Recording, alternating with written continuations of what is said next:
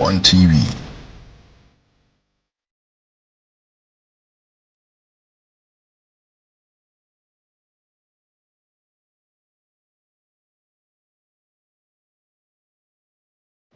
Hello there. Thank you so much for staying with us here on Channel 1 Television. We're broadcasting live from our studios at number 5 Ola Hansen Lane at Tesano here in Accra.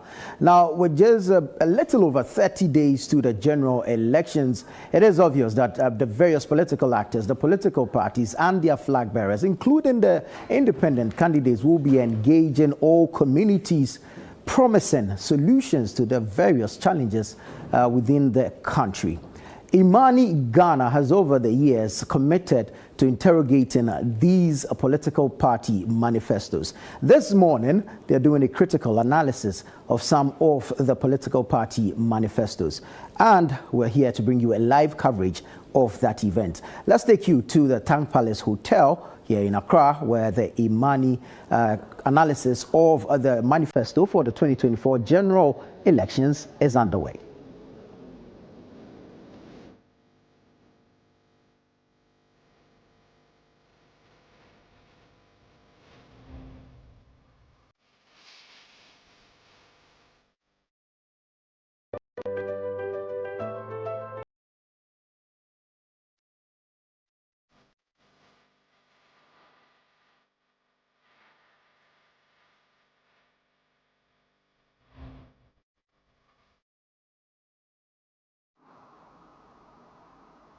Distinguished ladies and gentlemen, our friends from the media, good morning to you and welcome to Tang Palace Hotel here in Accra. My name is Caleb Kuda. I work with 97.3 City FM and Channel 1 Television, where this year's Manifesto 2024 is beaming live to the rest of the world. So let me say another good morning to everyone once again. Good morning, everybody.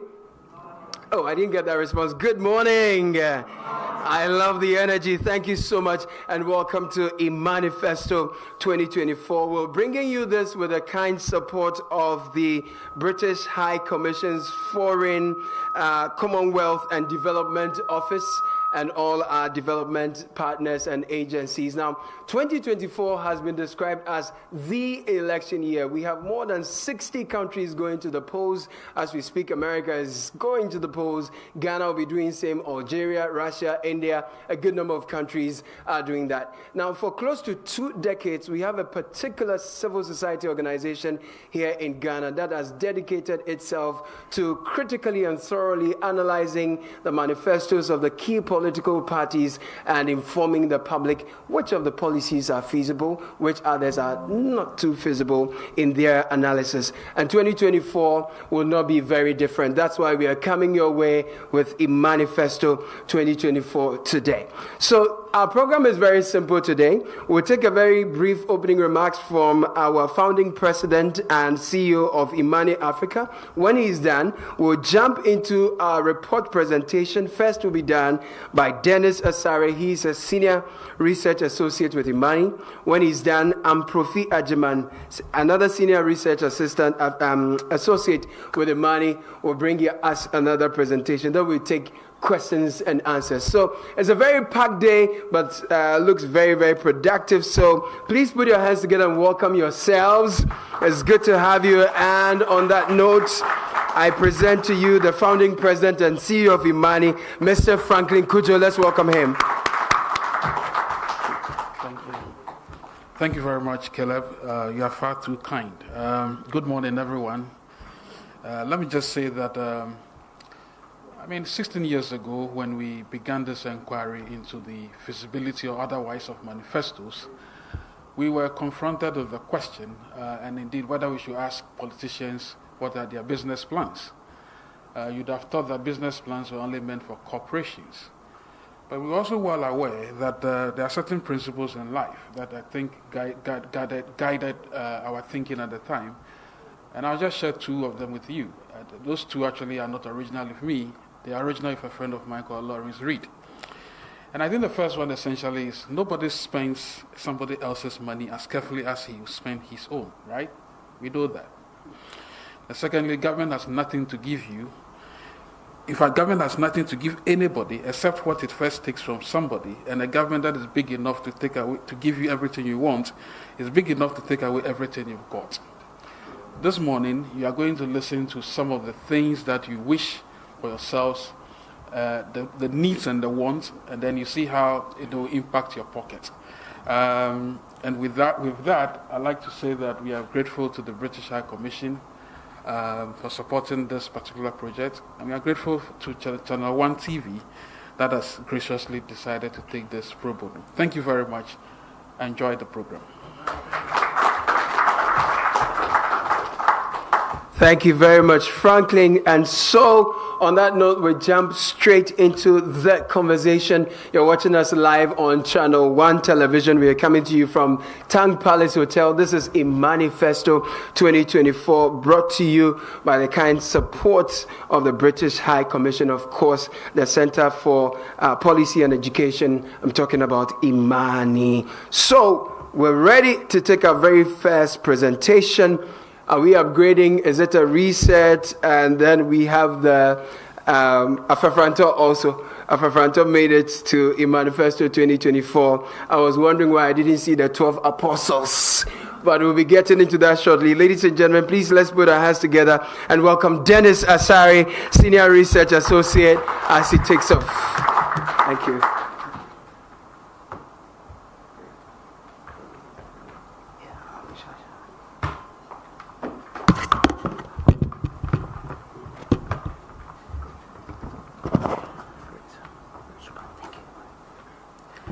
Good morning. Thank you very much for making time to join us today. It's a very interesting time of our country because we are at a crossroad and our development issues are getting more serious and difficult. And so in such situation, it is very important for us to reflect on what the leaders of our country are proposing for us. And so we are very happy that you are able to join us this morning at this year's critical analysis under our Manifesto project. So to start, I think Mr. Franklin Kujo has laid a very good foundation about why we do this. And so I wouldn't belabor the point. And so in the presentation, I'll go through a brief context of where we are and give you an idea of where we stand as a country, the future that is facing us, or the glaring future of our development, and the kinds of manifestos that are important to addressing these issues. Then the purpose for or the scope of this project. Then I'll do a brief walk through the methodology that we use to do this. Then one interesting news that will come out of that is that we also try to gauge the level of vagueness of the manifesto promises. So I'll explain that methodology as well. Then we jump into the thematic analysis, then the key issues and the way forward. So by way of context, as I mentioned, we are at a very critical point of our development. People are experiencing the worst form of poverty. As at now, over 40% of our population are multidimensionally poor. There's widespread public sector corruption everywhere you find yourself. In fact, if you look at all the global governance indicators across the world, our performance has been declining over the last 7 to 8 years. If you look at the Corruption Perception Index alone, our performance has dipped so low that it's now even below the 2012 levels. If you look at the World Economic Freedom Index, what you see is that in terms of the level of economic freedom in the country, our performance is also declining in there. What is even surprising is if you look at the World Bank's worldwide governance indicators that look at government effectiveness, regulatory control, and control of corruption, our performance has not changed. And so you find it in the first assessment the IMF did when we approached them. They said that even though government effectiveness in Ghana looks better than its peers, but because of weak control of corruption and regulatory ineffectiveness, there is widespread corruption, and because of that, public service delivery is low. Against all of this background, what you have is that just last week, the Afrobarometer gives us an idea of what people think about their government. So if all of these global indices are not enough to tell you that the future of our development, we face some severe threats, last week Afrobarometer tells us that people don't even trust their governments.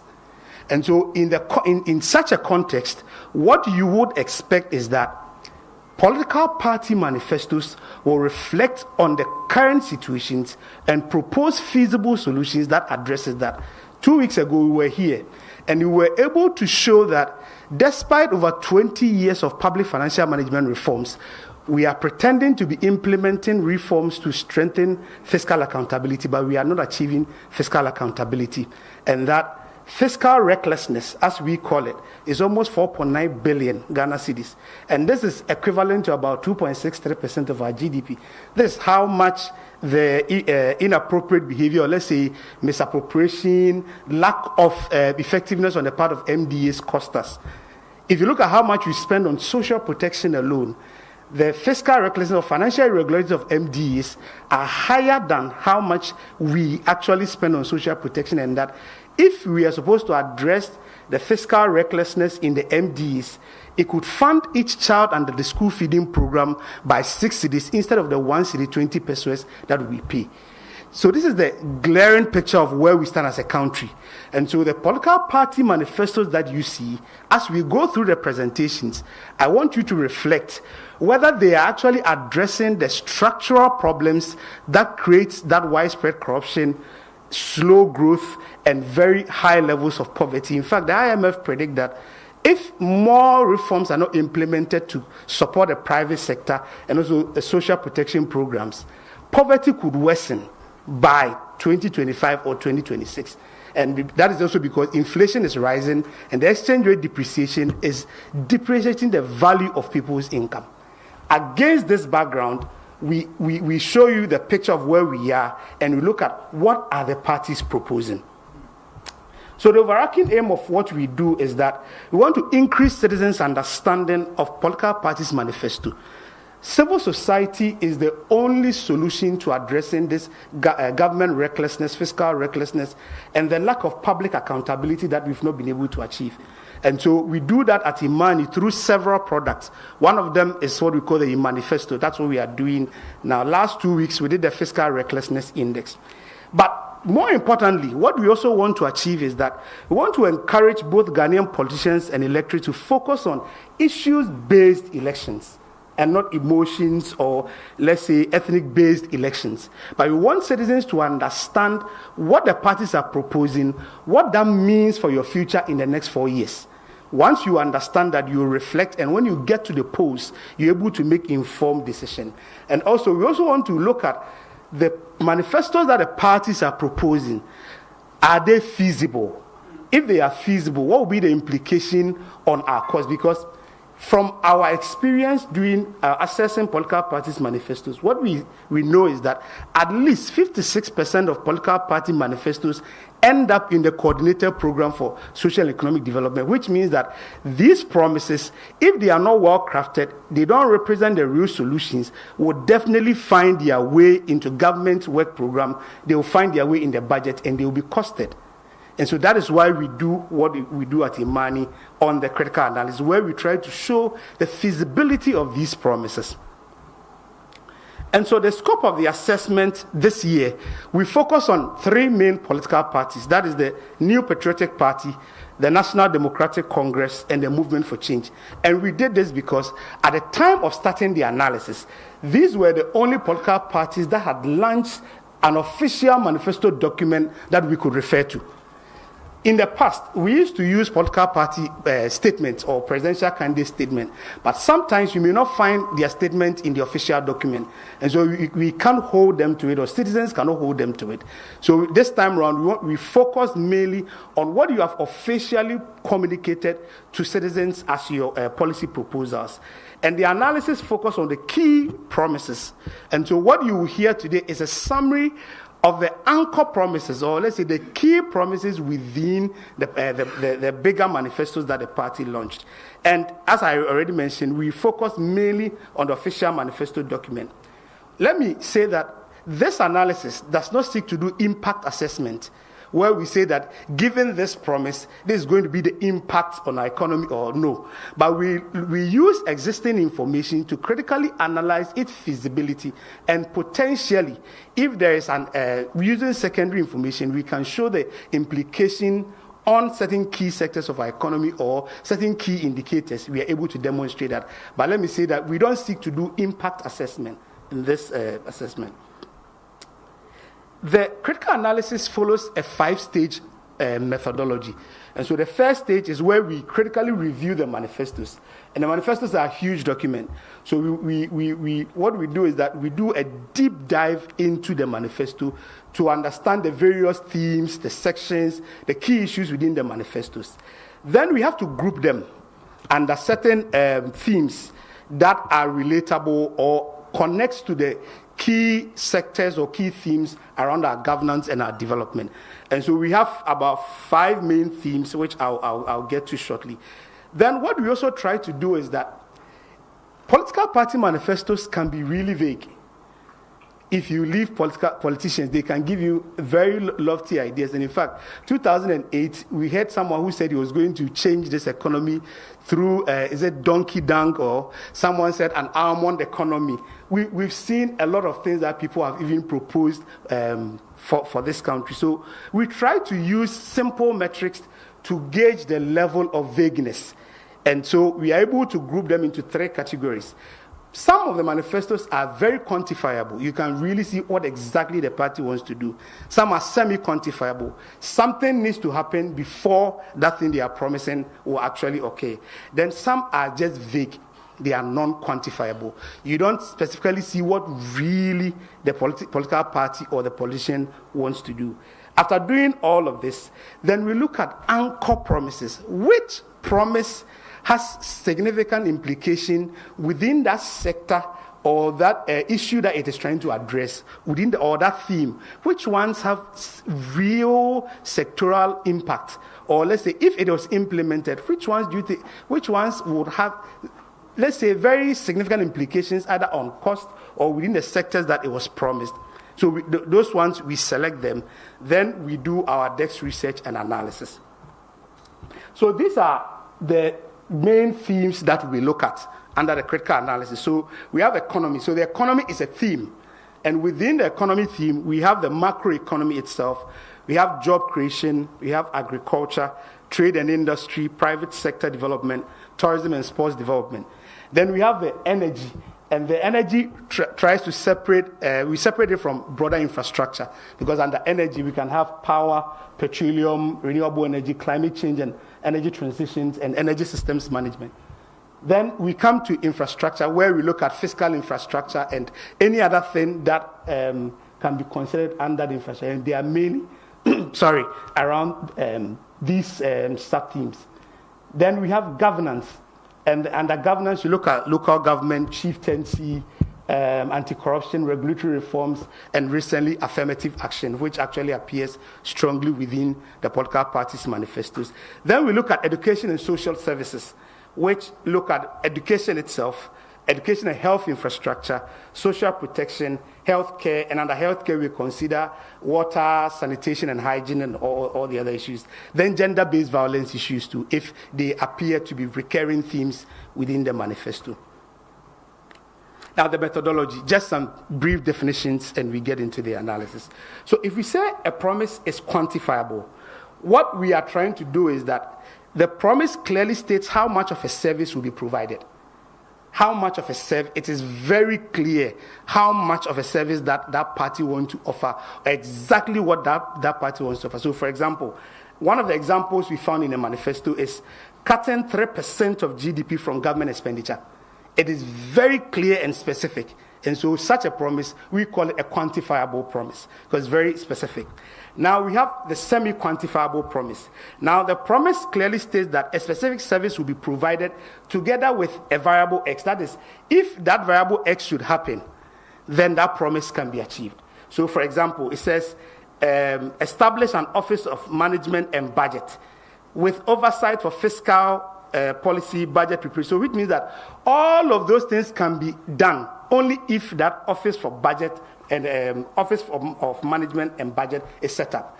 So such a promise, we call it semi-quantifiable. And so in case we do the ordinal manifesto assessment, which we also do every 4 years, we will go straight to the ministry or the department and find out, has the Office of Management and Budget been set up? One, if they've been set up, it will take. Are they doing these specific actions? So that's what we call that semi-quantifiable. Then we have the non-quantifiable ones. These ones, the promise does not clearly state the specific service the party wants to deliver. So it is very vague. You just can't see what exactly the party really wants to see. And so with these three categories, we are able to gauge the level of vagueness and specificity. And with the context I laid, it is about time that we start demanding accountability, holding political parties to what they say. And before we can hold them to what they say, we must make sure that what they say, they are very specific in what they say. Because if they make vague statements, they can go ahead and do anything and attribute and say that I said I was going to do this. So even if I did 1% of that, even if I did something small about it, it can take as we have done it. And so we want to minimize the extent to which we give political parties very long room to make very huge and overly, or I wouldn't say overly ambitious, but huge promises that you can't see the head and tail. You can't specifically say that this is what they want to do. And those ones are called the non-quantifiable ones. And so we come to the analysis and discussions. So if you take the New Patriotic Party alone, their manifesto promise, if you go deep into it, at least using the methodology that I've explained, we can count about 574 promises. In just that document alone, we can count about 574 promises. This is not surprising, because in 2019, when we did the ordinal assessment, we could count almost about 512 promises. So it is a pattern. Because we do manifestos, we've seen it before. And under that, you see, you also categorize it under the themes. So the lemon green is the non-quantifiable ones. And you see that most of the manifestos are centered around the economy. And that is mainly because of where we are. And as I already mentioned, the economy is a bigger theme that covers the macroeconomy and other things like job creation, agriculture, and others. Then you see that there are more non-quantifiable promises than the ones that we can specifically say no, or the service that they want to provide. So with this, we say that there are more vague promises in that manifesto than there are more quantifiable ones. If you go to the NDC's manifesto, if we can count about 851 promises in the NDC's manifesto, and it follows a pattern. So you can also see that most of the manifestos too are centered around the economy and education and social service.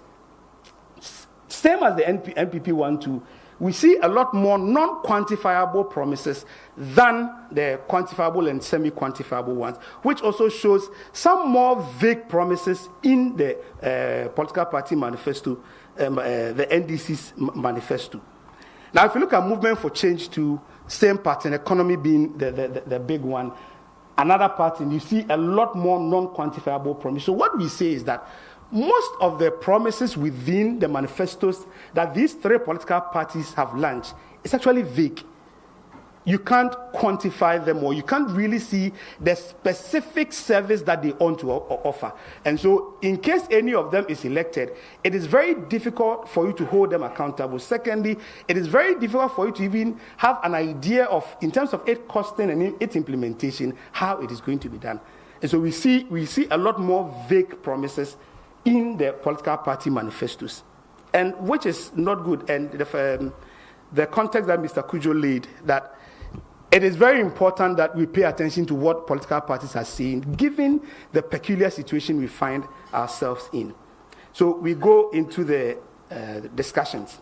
And so we have already laid some context about where we are, and so I wouldn't belabor it. But what we try to also do when we are undertaking the critical analysis is that we want to focus on, ideally, what should these manifestos be addressing under economy. So if you look at the IMF program that we are currently implementing, some of the 2 key or 3 key issues that the IMF is trying to address is, one, keep expenditure under control, increase revenue mobilization, address the energy sector under recoveries, because these are the big problems that we are facing within our Public Financial Management Act, which are also impacting on exchange rate and inflation. And so we expect that if you go into the parties' manifestos, the promises that they are making will directly respond to these issues, and also the things that they promise will align with some of the targets that we've set for ourselves within the IMF document. And so this picture actually tells it all about where we are. So what you see on my left here is that you see our growth is just declining, even though we've made some good progress under the IMF program, but still the vulnerabilities are still huge. And you see that inflation too rose very high. Now, even though it has declined to about 21%, it is still extremely high if you compare it to some of our peers. One other challenge is the exchange rate. In fact, between 2023 and now, the exchange rate has always depreciated above 20%. Over a year to year, you can see that it's always very high. And in the recent Africa Economic Outlook by the World Bank, what they are actually proposing is that monetary policy rates will have to stay at its current level or move up so that countries like Ghana can keep their inflation in check, which means that we are not out of the woods yet. Because inflation is still high, we need to keep monetary policy rate where it is. And if monetary policy rate is high, which means that the gross reference rate the banks use to set the commercial lending rate will also be high, which means the cost of doing business will be higher for businesses. And compounding that will be the plethora of taxes that these businesses have to face. And that is why it is important we pay attention to what the politicians are saying. Another thing is that because of these challenges, you see it mimicked within all the key sectors of our economy. None of them seems to really be doing well, even though some are showing some minimal progress. But if you look at industry, which in every economy is seen as the biggest employer or the main driver of growth, industry has been struggling to grow even after COVID. And so we need a lot more robust and supportive business environment to actually support industry to do well. So now let's get into the party's manifestos proper. So if you take the NPP, these are some of the anchor promises that we picked from the NPP's manifesto. One of the key things the NPP wants to do on the economy is that they want to cut 3% of GDP from government expenditure. That's estimated around 30 billion.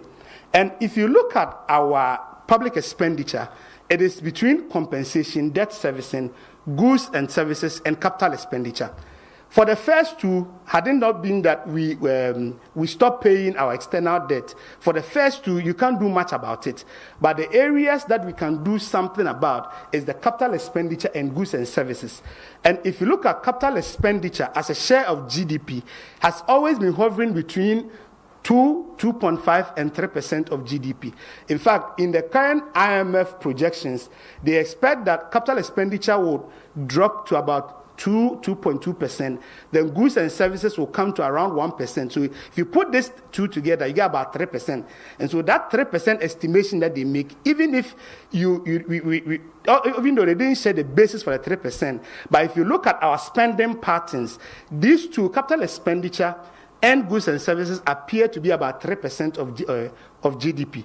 And so this 30 billion, what they intend to do is that government will not be using public funds to actually pay for public infrastructure and certain services by MDEs, but the private sector will not come and take that cost. So the idea is that government will invite private sector to now invest 30 billion in our public expenditure. And so we need to understand, will the private sector pay? Or would the private sector be available to do that? And if they are available, how do we ensure that the systems we put in place address contract overpricing, address the ills in public procurement, and we don't create a situation where we end up spending more than what you said we are going to give it to the private sector? What we see is that in terms of capital expenditure financing, we have always sourced it from outside, year on year, over the last decade. In fact, from 2017 to 2023, public expenditure on only capital expenditure, the percentage of foreign finance capital expenditure is always above 50%, which means that most of our capital expenditure is financed through foreign sources, and that domestically you're unable to finance capital expenditure. Similarly, we get some domestic money to finance goods and services. But if you look at the share of private sector participation in capital expenditure or infrastructure in Africa, it's actually declining. And now the African Development Bank estimates that there is going to be an infrastructure financing deficit of over $100 billion every year in Africa. And so if you look at the current trends, you see a lot more governments taking up the role of financing their public infrastructure. But here is our case. We don't have enough money. Over the years, we've been financing our capital expenditure through foreign sources. And so given that particular context, it means that we have to be very, very good in terms of preparing more bankable projects in attracting this foreign financing. But putting all of that aside, assuming domestically the private sector is willing to finance this, the government would have to implement very smart metering and cost monitoring systems so that we are able to ensure that if a ministry is getting service, for example, printing service from a private sector, there's accurate monitoring of the costs so that there's not contract overpricing.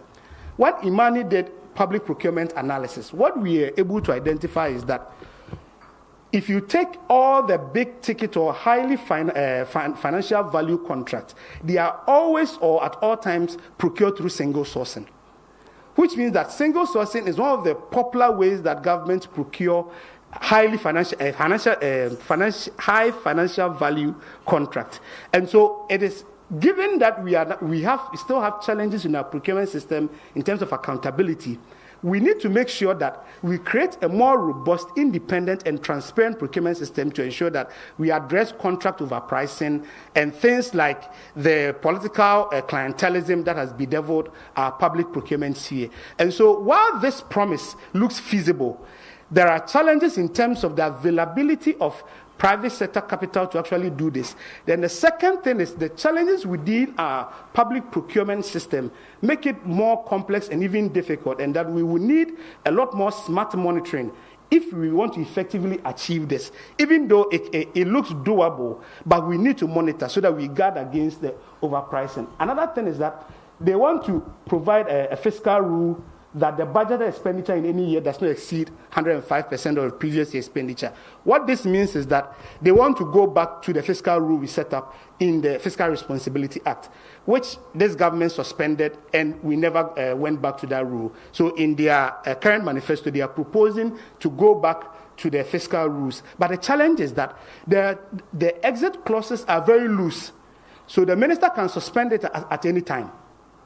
And there's not a particular specific timeline that says that if you suspend the fiscal rule, you must come back quickly within this time period. And so if this can be achievable and ensure that it is stable over 4 years, then the exit clauses within the FRA must be tightened so that we hold the minister to it and we reduce the extent of discretion. Another challenge is that in terms of enforcing these things, because politicians largely would like to spend to respond to the needs of citizens or the needs of their voters, you are likely to see that the least in situation where government expenditure would have to go up, the minister may suspend this rule. And that is why they are also saying that they want to also promote, provide a legal backing for the Fiscal Advisory Council. The Fiscal Advisory Council that was set up did not have a place in the FRA law. So they said that they are going to set it up. But we are not only interested in setting up the Fiscal Council. When we looked at fiscal councils across the globe, as at now, if you look at the IMF Fiscal Council database, one of the key things that they are ensuring is that fiscal councils are independent. And in terms of independence, how they are funded, access to information, in terms of how they engage the media, how they report, and also their ability to pull the brakes on government. Globally, most governments are not allowing fiscal councils to actually pull the brakes on them. But given our history of fiscal recklessness, if we really want this fiscal council to work, then the fiscal council we set up must be independent in terms of how it is set up. In fact, IMANI is even proposing that how we constitute it, we shouldn't leave it to only the party in power, but it should be a bipartisan approach where we are able to appoint people with diverse expertise through the Public Services Commission to actually be part of this fiscal council, and that the fiscal council should actually publish about a report of two times in a year so that they're able to show what government is doing, the activities of government, whether they are in line with our fiscal targets. In fact, what we are also proposing is that fiscal council should be given oversight on big-ticket public expenditure items, so that they are able to say that this big-ticket public expenditure item will affect the fiscal target that we set for ourselves. Over the last 10 years, our public finances has been characterized by deficit throughout. And so if you want to change course, then we must ensure that oversight body we set is not just legally backed, but we give them power to bite. And that is what we don't see in the manifesto that was proposed. Is in terms of legal backing, what type of legal backing are you giving to that fiscal council? Then in terms of review, State Interest and Governance Accountability Act. So over the last 5 years, all the SOEs in Ghana have been making losses. Very, very deep-seated losses. In fact, in 2022, their losses was almost about 14 billion Ghana cedis. And now it is about 2.5 billion Ghana cedis, and it's returned to the losses we were making in 2021, which means that since 2019 till now, they've not been making any revenue. The NPP government is proposing that they want to use state-owned enterprises to create jobs and make them financially viable. How are they going to do that? They said they are going to review the SIGA Act. But if you look at the SIGA Act was not designed in a way that it provides check and balances for SOEs, because some of the SOEs are also set up independently by separate laws. The SIGA Act was actually designed to set up that State Interest and Governance Authority, the work they are going to do, their mandate, how they are going to find money to do their work. And so amending that work alone and not addressing the partisan interference in our SOEs, the lack of performance management and lack of accountability in our SOEs will not get them to be effective. And so what they are proposing is that amending the SIGA Act, what we are saying is that it's not enough, because if you look at the SIGA Act as it is now, it is not designed to strictly ensure profitability and manage these SOEs. So you can't rely on that. And so that promise, even if they amend the SIGA Act, our SOEs are not going to financially viable because, one, partisan interference, two, lack of performance management, and three is that most of these institutions, the way they are set up, are not competitive. And those are the things we think structurally you must address if you really want to move the needle. Another thing that they promise is also to pass the current local governance finance bill. This bill was taken, I think they took it to Parliament around 2018, 2019, but it's still not been passed. What that bill seeks to do is that it gives some of the MMDAs the power to actually borrow and invest in financially viable projects in their district. When IMANI did the social accountability report in 2019, what we found out was that in about 8 out of 10 of these districts that we engaged, none of them actually had the capacity to develop bankable projects. None of them have the capacity to develop bankable projects. And so accessing capital from either the domestic or international capital market means demonstrating bankability. And so the fact that this law will give them the power to borrow, and when they borrow too, it has to be sort of backed by government, so that there's that guarantee that if the MMDA fails, government will pay. But what is important is building this MMDA's ability to, one, raise revenue and demonstrate bankability of those projects. And so by mere amending, or let's say passing the local government finance bill, will not address the challenges within these districts in terms of developing and implementing projects. But we need to look at how we enhance their revenue mobilization and how we help them develop bankable projects. Another thing that they also want to do is that they want to continue the gold purchase program to shore up our foreign reserve, which we see that other countries are also doing the same thing. And now what the Bank of Ghana does is that they buy about 20% of gold from the market. And now they want to look at sustainable small-scale mining, buy a lot of that gold, and ensure that they use it to shore up our foreign reserve. What we are saying is that if you look at this promise alone, this year we saw an increase in terms of production from small-scale mining. But in periods where small-scale mining output does not grow, how then do we get the Bank of Ghana? If this is going to be one of the anchor strategies for addressing our exchange rate issues, how then does the Bank of Ghana then get more gold to address that? Another challenge is that if we buy the gold from large-scale miners with cedi, because some of their capital expenditure is in dollar, they will still have to then convert the cedi to dollar. And so it's like, what we paid in CD, they have to reconvert some of them into dollar so that they can finance their operation. Those underlying dynamics must be worked out so well that we are able to control our exchange rate. But what we think is that since they started doing this, the exchange rate in terms of depreciation has actually dropped by just 3%. And that year on year, we see that it's between last year and this year, it's been depreciating more than 20%. And so this program may not be effective because what will make this program effective is that gold prices must be so high so that you are able to buy a lot more, or you're able to shore up your foreign reserve, which we don't think it's possible within the short term if you look at the global gold market. Another thing that they also want to do is that they want to introduce a flat rate tax system, and they want to mimic the likes of Estonia. Now, while at IMANI, we believe that tax cut is important so that we liberate the enterprise abilities of businesses. In terms of this promise that the NPP is proposing, in terms of implementing a flat rate tax system across board, like the ones in Estonia, there are two main challenges. One is that in terms of tax policy implementation, sometimes you look at two things. One of them is that ease of implementation, transparency. Then another thing that you look at is the tax system progressive or regressive? Now, the flat tax system will make the tax collection, revenue mobilization in terms of tax collection very easy because its implementation is easy. So in terms of ease of implementation, good policy.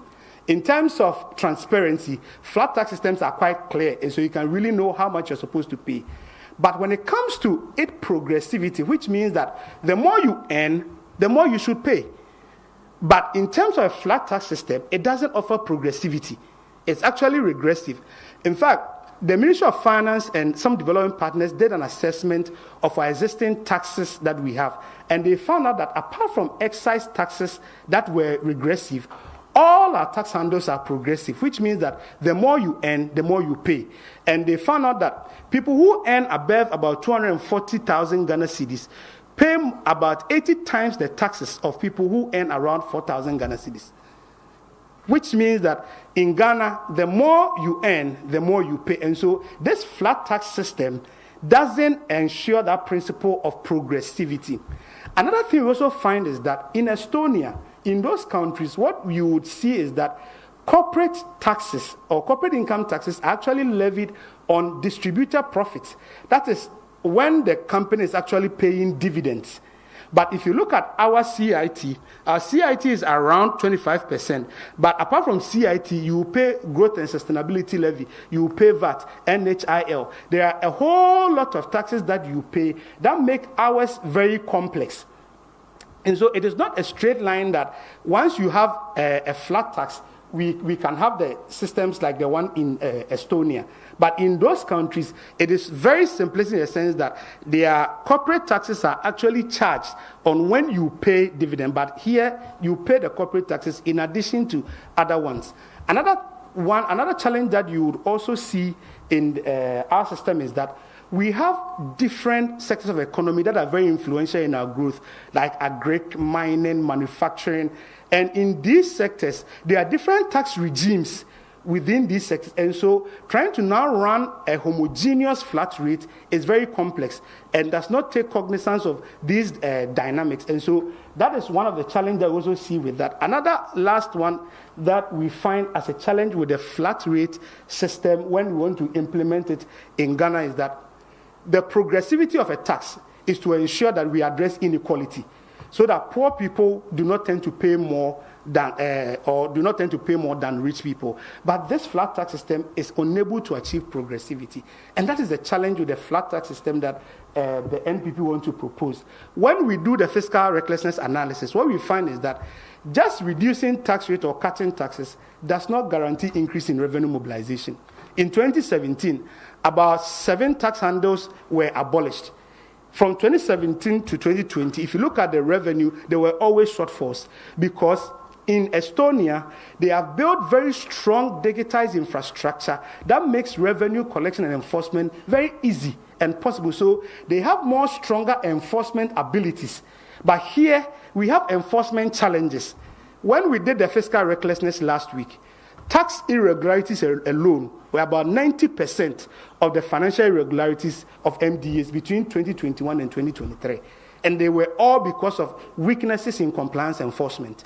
And so it is your ability to enforce and create a system that make it easy for people to pay. That is why Estonia is successful. So when we talk about the flat rate tax, we shouldn't only talk about Estonia, but let's also look at the underlying reasons why Estonia is successful. And those are some of the factors that we find. And so while this may be good for businesses, there are challenges associated with this flat rate tax that the NPP is proposing. Now we'll go to the NDC. So the NDC says they want to scrap these taxes when they come into power. And what we find with that is that while, as I have already mentioned, tax cut is good, but in our current circumstances, you always have to gauge that against your revenue mobilization target and how that also affects your ability to meet your IMF conditionalities. What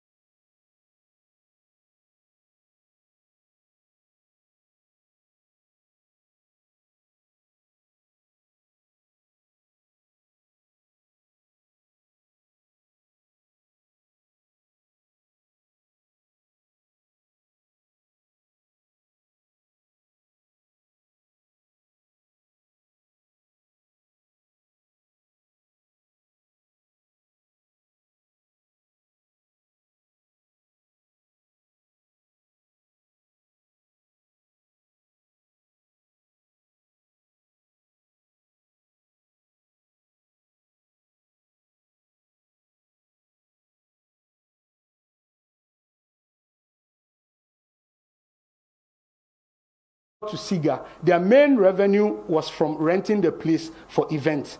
And so we will not be able to achieve that. Then the NDC is proposing that they will partner private sector to build ultra-modern recreation villages. But we find a lot more of these recreation centers and theaters that have been abandoned. And so we think that the promise should actually be focused on revitalizing and also continue those projects. Then the Movement for Change wants to set up tourism desk e-visa program. And this e-visa program that the NPP is proposing, it was implemented in 2021. Then sports development. What we find is that under the NPP want to upgrade the service of our football pitches to meet international standard. In just about 3 years, we spent 86 million on Babayara, Esipon, and Accra Sports Stadium. And none of them was CAF approved until recently. And so these football pitches and AstroTurf have become a way of siphoning money that we have to pay attention to. And so this thing, we think that it is going to create a lot more cost. Another challenge is that they also want to build 6 new seater capacity stadia in the 6 regions.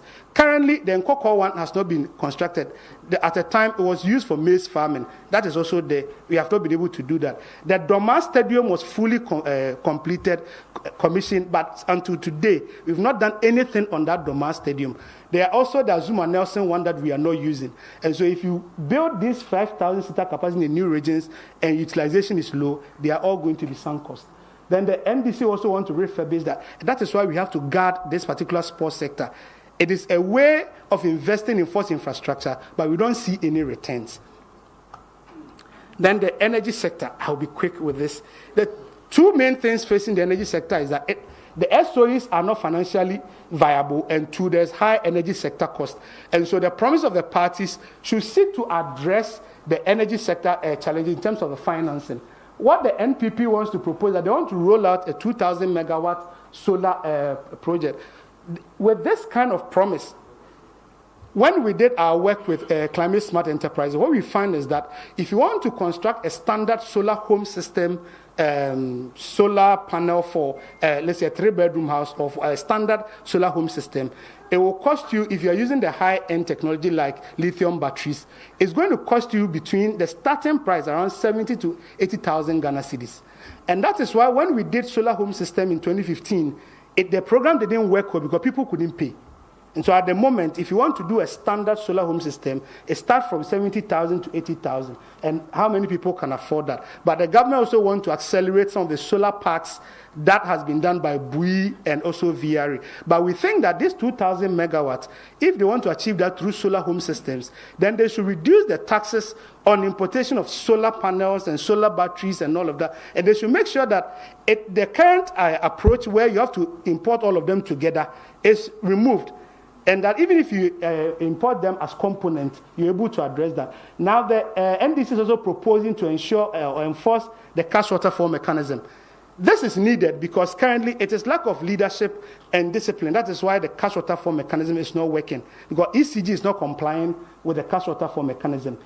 The Light Up Ghana project is feasible because we have the National Electrification Scheme levy and also the Public Lighting levy that can be used to finance that. And between 2016 and now, it has raised about 3.2 billion Ghana cedis. The Movement for Change said that they will eliminate doomsday and achieve sustained and reliable supply of power within 6 months. But the challenge with that is that there is a financing problem. Energy sector debt is growing. If you don't address that and address the under recoveries, you can't solve it.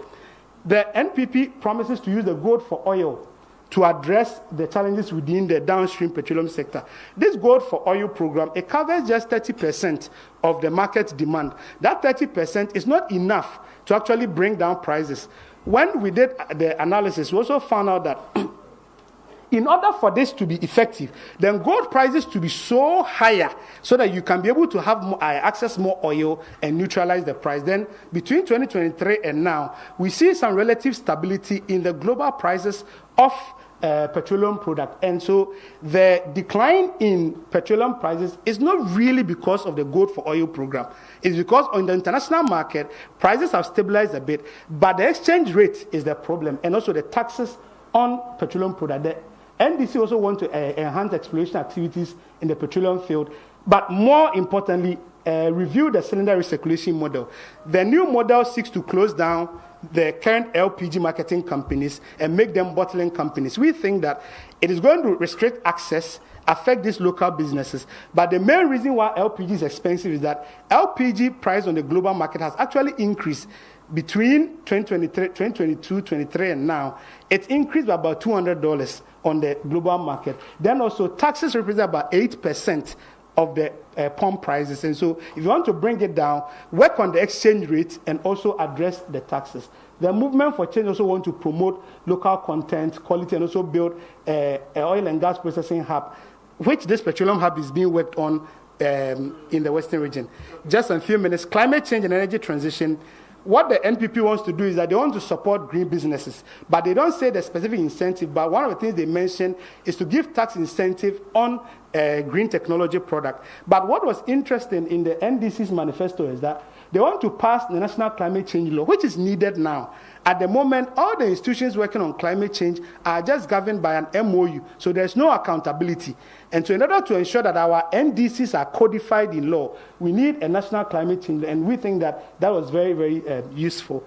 Then on lands and natural resources, the NPP is proposing that they want to set up a mineral development bank to finance that, which we don't need, because most of these gold mining companies actually source their financing from international market, and domestically to these small-scale mining companies are able to find financing within our local banks. So setting up a separate one to actually raise money for small-scale mining is not needed. The NDC want to place a ban on galamsey, but one thing that they said is that they want to set up a Ghana Gold Board. And if you look at the mandate or the work that this Gold Board will do, it is similar to what the Minerals Commission does. So we don't need to create another layer of institution. Then under infrastructure, the picture we want to paint under this section is that this is how much we are investing in infrastructure. This is our infrastructure needs. And this is where we find money to do our infrastructure, which means that there's a huge gap between how much we need and how much we're actually spending. Averagely, we are spending, there's an infrastructure finance gap of about $2 billion in Ghana. If you look at since 2021, 22, 23, you see the share of foreign finance of infrastructure is coming down, and the domestic financing too is also not growing. There is also no financing also on the international market. And if you look at private sector participation in infrastructure, Ghana's performance has actually dipped so low that now, in terms of we attracting private sector finance into infrastructure, it is very low. Between 2013 till now, or 2010 till now, we have been able to get about 18 projects, according to what the World Bank tracked. 18 projects worth $7 billion. South Africa got 110 projects. And so it tells that in terms of our attractiveness in bringing in infrastructure projects, now it's very difficult for us to attract foreign finance. What the NPP is proposing under transportation is that they want to promote electric vehicle manufacturing locally. If you look at the battery electric vehicle import in Ghana, 96% of them are electric two-wheeler and three-wheeler.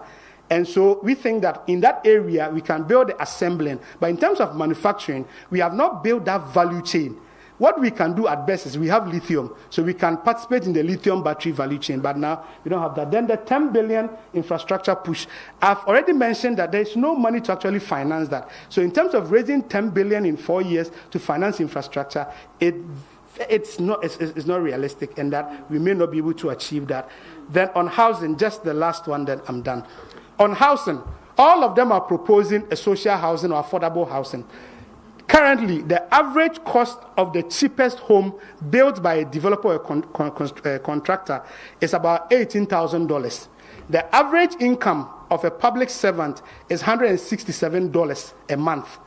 And no public servant can actually afford that. And if you look at the mortgage rates, some of them are charging as high as 27%. Even the cheapest ones actually start from 16%. Now, the NPP wants to promote this National Rental Assistance Scheme. If you look at that National Rental Assistance Scheme, using their own calculator, if you want to hire a 2-bedroom, that costs about $1,500, and you are a public sector worker earning that $167, you don't qualify. You don't qualify for the National Rental Assistance Scheme because you won't be able to pay. And so you need to earn about 10,000 cedis before you can qualify for a 2-bedroom house, 2-bedroom apartment that costs 1,500 a month, using their own calculator. The NDC also want to promote affordable housing, but what makes housing affordable is that it is cheaper. People can spend less of their income to pay off the house, but at the moment, their incomes of public officers are low, or public servants are low, but the cost of housing is high because 90% of construction materials are imported, and exchange rate, taxes, and the inflation is what is affecting them. And that is why these housing policies may not be realistic. So thank you very much. I will call my colleague and proceed.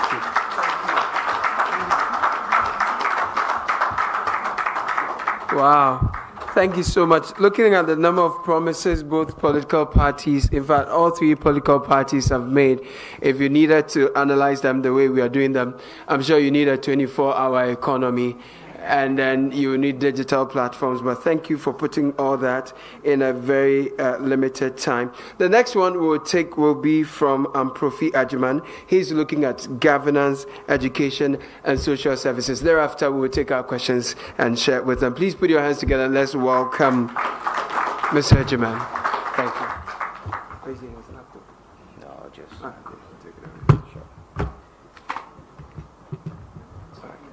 okay, thanks, Caleb. I just want to have a discussion with you, and so that we can wrap up quickly because we are one for time. Now, when we looked at the governance, education, social services, right, it follows a bit of the trend that Dennis analyzed. There is issues with cost implications for some of the promises that were given, most of the promises that were given. There was no cost implications or any indication of how much those promises will cost, okay? Now, another thing, he mentioned vagueness. When you look at most of the governance, education, social services promises, it's completely vague. When you use words like reform, you use words like promote, you use words like enhance, it is quite different from using words like establish, okay? So those were the trends that we saw under that particular team. Another thing is the timeliness, lack of which we had, right?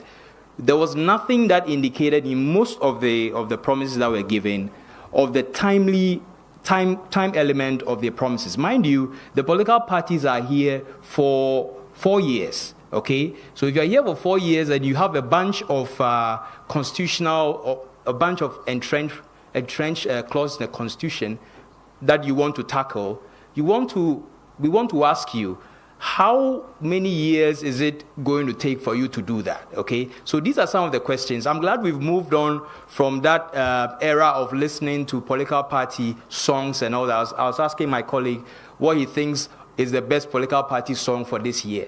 And there's none. There's none because people are beginning to think that we should reflect deeply into some of the promises that are given to us, okay? We need to ask certain important questions. Now, a common flow, when you look at the theme that we try to investigate, is the political parties want to promote efficiency, an efficient government. So, for example, if you've seen, the MPP says they want to cap number of ministers to 50, right? The NDC says to 60. And then I think the MDC wants to put it to 40. Now, one of the key issues that come to mind is there a political will to do it? Okay, because you have an electioneering campaigning season. You have a lot of people funding your political campaigns and all that. A lot of investments are put into your political campaigns. What happens is that you need to be able to pay them off. Party financing is still an issue in this country. Now, private people will be able to give you that much money, but they want something from it. And that's where all the rent-seeking and corruption starts from. So you have examples of that when you talk about the idea of having an efficient government. Then they also want to be able to pay MMDCEs, okay? And those are some of the trends that we see across the three political parties. Now, not only efficient government, but you see that there are a lot of constitutional review issues which are at hand or which are at play. Mind you, the constitutional review process we started in 2011, I'm not sure we've gone anywhere with that yet. And I don't know what the plans are. but the plans are contained in the manifestos. The next question would be, are the plans really feasible? Because if you have a party like Movement for Change, a Movement for Change wants to really bring some seismic changes to the Constitution. For example, having an upper house, a second chamber, okay, and removing the powers that the special prosecutor has and placing it in the hands of a corruption czar. You want to first question you want to ask yourself is, does the Movement for Change have the parties in the numbers in Parliament for it to be able to even go through with those changes? And they do not. Okay, I mean, IMANI doesn't think that it's not possible for the movement of change to come to power. But how feasible is that? Okay, and so these are what the parties are throwing at us. If we do not ask enough questions and get details from them, we're going to have this similar trend. Don't be confused by the numbers that you see. Okay, the NDC, I think, had most of the governance, education related promises under governance, the theme that we looked at. What that meant is that they had some sort of interest in certain things they wanted to do. Okay, beyond the Fisher Gap, beyond corruption and all that, they wanted to look at improving the welfare of teachers. They wanted to look at improving the welfare of health workers. They tilted towards, a bit of, all of them I guess did. People with disabilities, sorry, I need to get that right because we were corrected the other day. PWDs, right? And then there were some age-related, interventions they wanted to make. What we feel is that because the governance and social services bunch is some kind of a feel-good cluster of promises, political parties are much likely to throw a lot of the vague promises over there. So they'll do this for teachers. They'll do that for teachers, for health workers. They will give a 20% salary increment which I think is a laudable idea, to teachers who get deployed in rural areas. And then same for health workers as well. But the issue is that, does your interest in pursuing those interventions, does it make for any feasibility at all? Are you going to be able to implement it? And that's where the cost element also comes to play. Now you see that a lot of the issues, a lot of the promises they made had to do with corruption as well. We've been here in this country for quite some time. We have issues where members of the high members of the public, or say high civil servants, have in their role tried to be anti-corruption crusaders, and then we all know what happens to them. It seems as though we have all the rules, all the clearly defined rules, but we are not able to implement. We are not able to implement it because the political parties themselves, if we'll be frank, gain from these rules that are not implemented. So, and then we saw that the trend of supporting the media and CSOs also came up, okay, which are very laudable ideas. If we could do that, fine. But the issue we had with support to the CSO is that if it's not project-based or something that is like very easy to hold people accountable on, then it becomes a trend which will inspire corruption itself, okay? We are all for supporting CSOs, but we need to support CSOs in a very visible and accountable manner, okay? But we go on to ask very, very important questions. Now, why did the political parties not provide so much detail? I mean, the idea of not providing so much detail is that if I don't provide so much detail to you in my campaign promise, then obviously after 4 years, I haven't told you when I'm going to implement that, right? So it becomes repetitive. And that is what we have to be called on to check we need to be able to insist that political parties have to provide enough details in their manifesto. You see very, very bulky manifestos. I think some probably paged up to 200 and 300. But when you look keenly at those promises, those are promises which have been repeated, or promises which are not really feasible. And that, for us, was of concern to us. And let me give you just a clear example. There's this move or interest to sort of implementing the Affirmative Action Act fully. What does this mean, implementing it fully? Now, when you look at certain sections of the Affirmative Action Act, it mandates the integration of women into sectors, particularly Section 3, and Section 17 and 18 require gender balance appointments in public roles. I mean, give us more details. How are you going to be able to do that? And the same act also talks about a phased approach to it, okay? Let's do 30% first, let's do 35%, and then let's do 50%. I mean, the people who occupy public service posts, how are you going to phase them out to bring in gender, all due respect, to bring in people who you think qualify for that role? So there's not much detail to a lot of the promises that political parties make. Now, and I talked about the cost implication as well, just to quickly wrap up.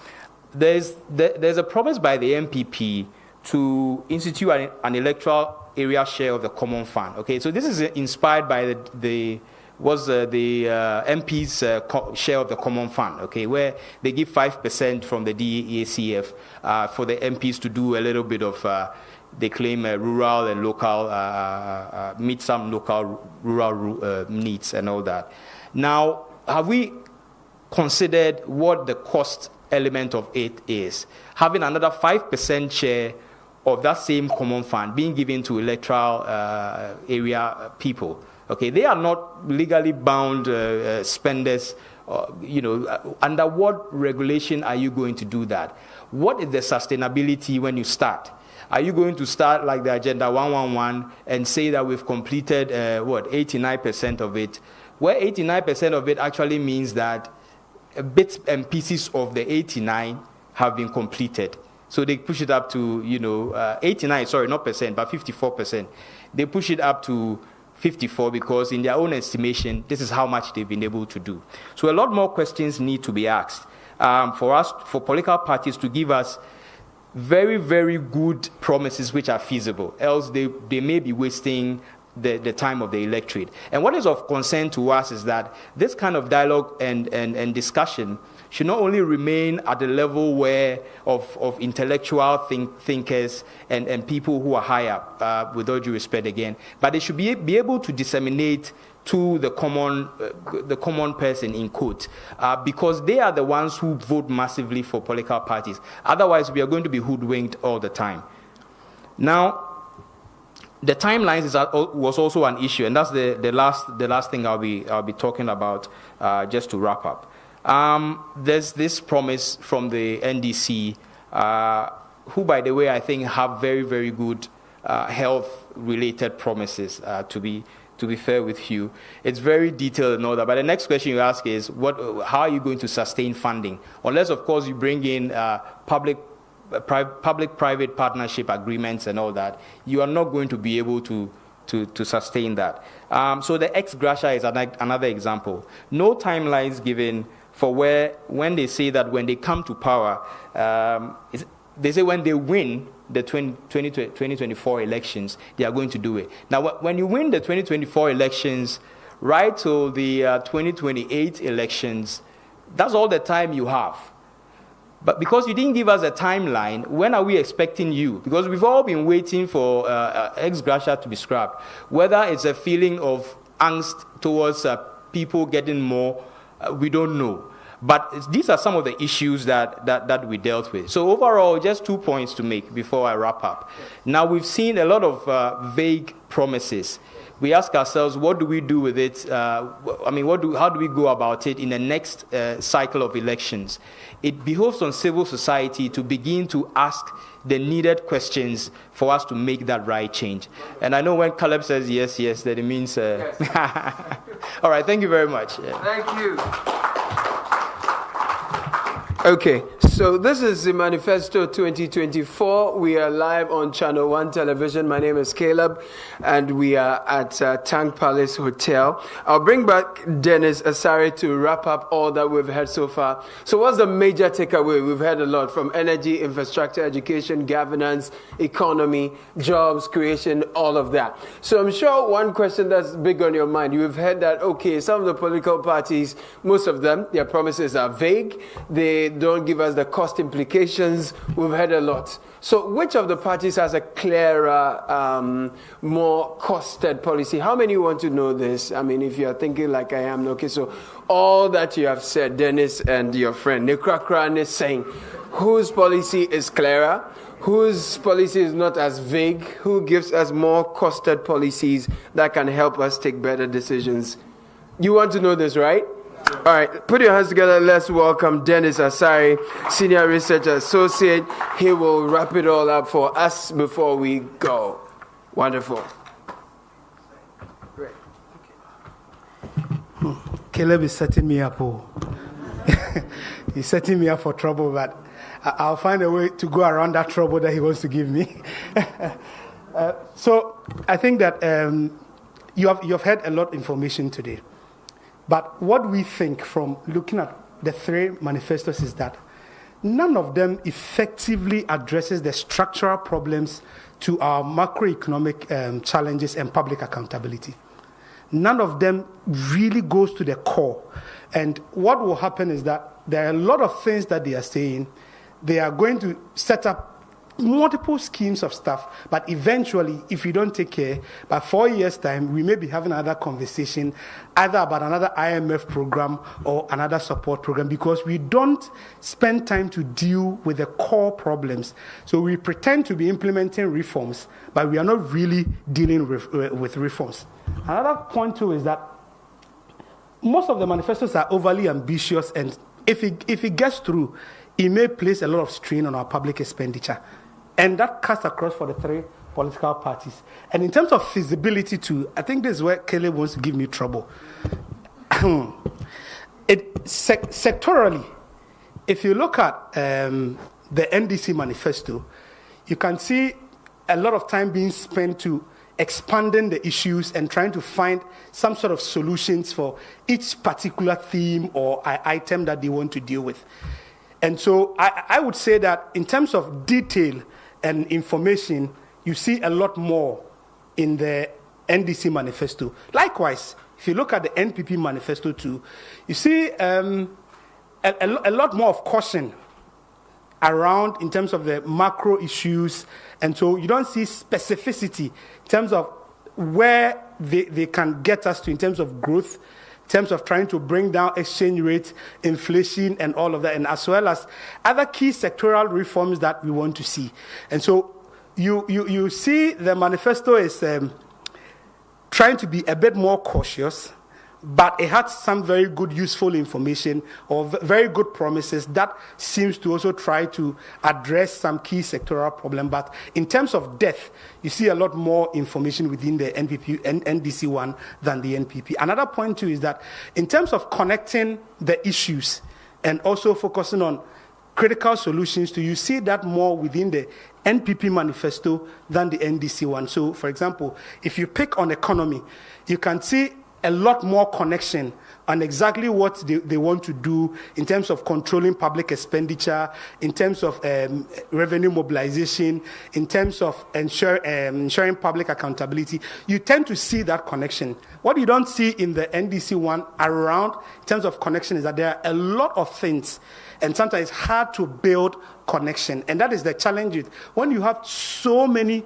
promises that seems to do every little thing. So those are the key differences we see with the two manifestos. But I think the jury is out there. You saw the quantifiable and non-quantifiable one. That is our definition of vagueness. So we will project that slide whilst you socialize and have lunch. So as you step out, you look at who has more non-quantifiables, then you go and judge that they are the one that has the vague promises. Thank you very much for coming. 1 minute, Dennis, not so fast. There's a last one I want you to address in terms of the cost also. Did any of the political parties cost their policies for you in a comprehensive manner that voters can say, okay, depending on these, Dennis, which of the political parties costed their policies? I didn't get that part from your last closing. So let's get you on that before we go.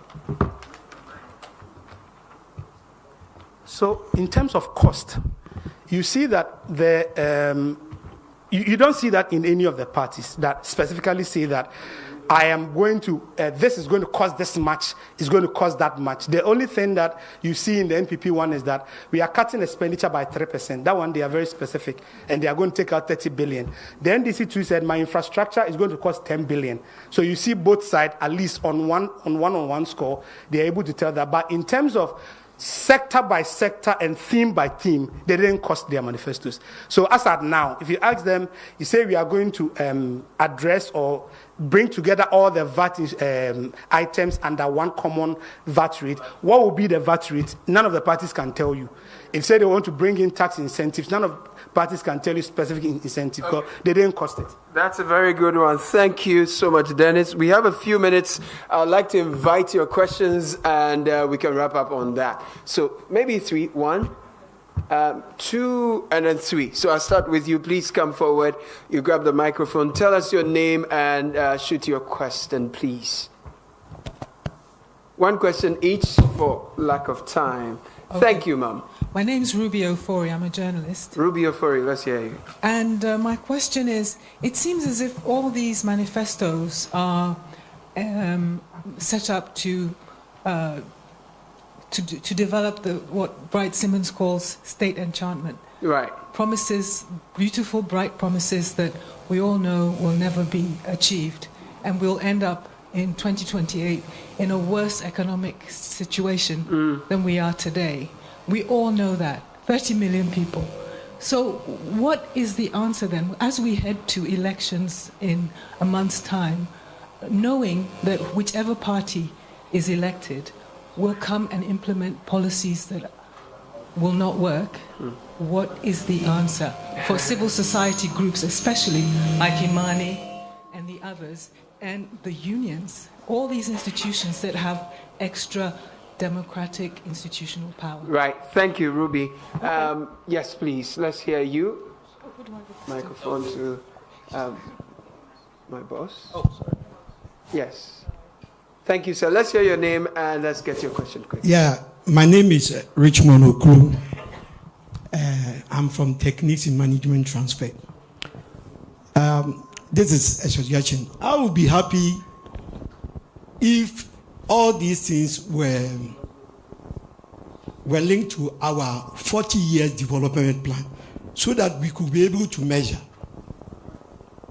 We could be able to measure which of the sectors that we want to improve. Okay. Otherwise, it's like there's no limit. I mean, you cannot measure. So if this one is linked to our 40 years development plan, then as a nation, we know that, oh, when we do this, it can get us somewhere. Thank you. Okay. Thank you, Richmond. Because yours is a suggestion, I'll take an extra question. There are 2 at the back. So let's hear your names and then your questions rather quickly. My name is Andrew Asare. Okay. I wanted to, Dennis mentioned that exchange effects on manufacturing and that we need to be competitive in that space. And I want to just expand on that because from what we know, the lower your currency to the US dollar, it makes manufacturing a bit more competitive in your country, right? So you want some detail on the foreign exchange and its impact on the manufacturing sector. Thank you. Yeah, this is Mohammed Ibn Hassan from Center for Youth and Child Crisis Intervention. Actually, my question links with the gentleman who talks about the 40-year development plan. But he made me confused whether we still have 40-year development plan. Yeah, I thought we'd gone beyond that. Yeah, so whichever development plan that we have as a nation, my question is, do the political parties draw their manifesto having in mind that we have development plan for the nation? Because a lot of the promises that they bring up they bring around. Sometimes when you go into the development, the national development plan, are already captured in the development plan? Yes. Okay. But when they come, they fail to implement it. So now, who will be on their neck to make sure that that thing is done, because it is already captured in the development plan? That's the question I have. Thank you, Mohammed. The media and the civil society are doing that. I'll invite Dennis to respond to. Oh, I'm sorry, we've exhausted our time. So we just have time for 3 questions now. Ruby is saying, look, there's a state of enchantment, lots of promises. We all know that if most of them are, implemented, we will be in fiscal distress. Question about foreign exchange, its impact on the manufacturing sector. Mohammed gave us a brilliant suggestion. Same did Richmond. So we have 2 questions technically. All right. Thank you, Ruby. So I'm glad you brought up a state enchantment. It's like, but I don't know, they will be jujufied about what the government is going to do, and eventually we wouldn't see anything, but the devil is in the detail. So that is why I think as IMANI, day in and day out, we constantly look at what government is doing to critically analyze what the government is actually going to implement, raise advocacy, and hope that citizens will join us in keeping our government in check. And so, because we have a history of promising more than we can actually do, that is why we need stronger civil society, stronger accountability actors who also, especially citizens. Politicians are afraid more of citizens than civil society. So when citizens are empowered, then they can help us keep politicians in check. Then on the 40-year development plan, since Gagisberg time, we've never committed to any development plan. And so if you look at the parties' manifestos, they are never in line with any of the development plan, because they will have to prepare a coordinated program. And the coordinated program is just the manifesto converted. And that is why it's hard for you to pin them to a development plan. Then on the exchange rate, I think one of the things that we say is that if your exchange rate is stable, at least your market is predictable. Businesses can forecast the cost of operation at least beyond 2 quarters. Now, businesses can't even forecast beyond a month because of fluctuations. That's why we say that create a competitive exchange rate market where it is predictable. We can't say that it should be as low as this before it is competitive. But if it is stable and predictable, then it helps business plan very well. So thank you very much for your questions. We are grateful. Wonderful.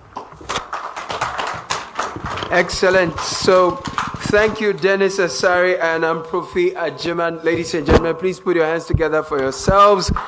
It's been a great day, and thank you for being a part of this. This has been a Manifesto 2024 brought to you with the kind support of the British High Commission. We appreciate your support. Thank you all, our friends from the media who are live on Channel 1 television from Tang Palace. My name is Caleb Kuda. Until next time, we're voting in a couple of weeks, right? Yeah. Okay, so all the best to all of us. May the best win. I'll see you again. God bless you.